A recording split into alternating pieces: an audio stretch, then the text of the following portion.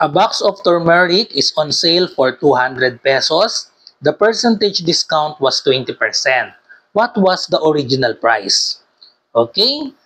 So, meron tayo ditong 200. Ito daw yung box of turmeric is on sale.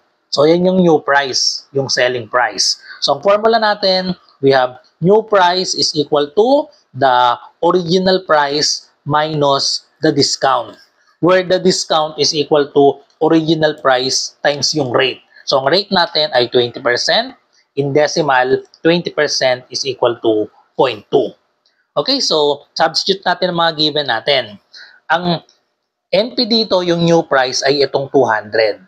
Okay, so ito yung discounted price. So, we have 200 is equal to original price. Lagyan na lang natin ng isang letter na lang, gawin nating X. And then minus ang discount.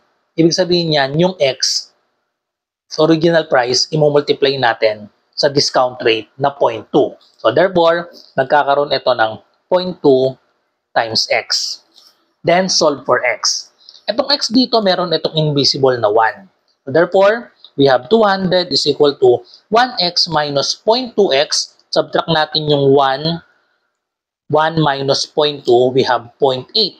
0.8x. Now, solve for x, divide natin both sides by 0.8. Okay, so i-manual lang natin ang 200 divided by 8, gawing whole number ito, magiging siyang 2,000 divided by 8. Move lang ng isa ito, move din ito ng isa. Okay, so i-manual lang natin 2,000 divided by 8, so we have 20 divided by 8, that is 2. 2 times 8 is 16.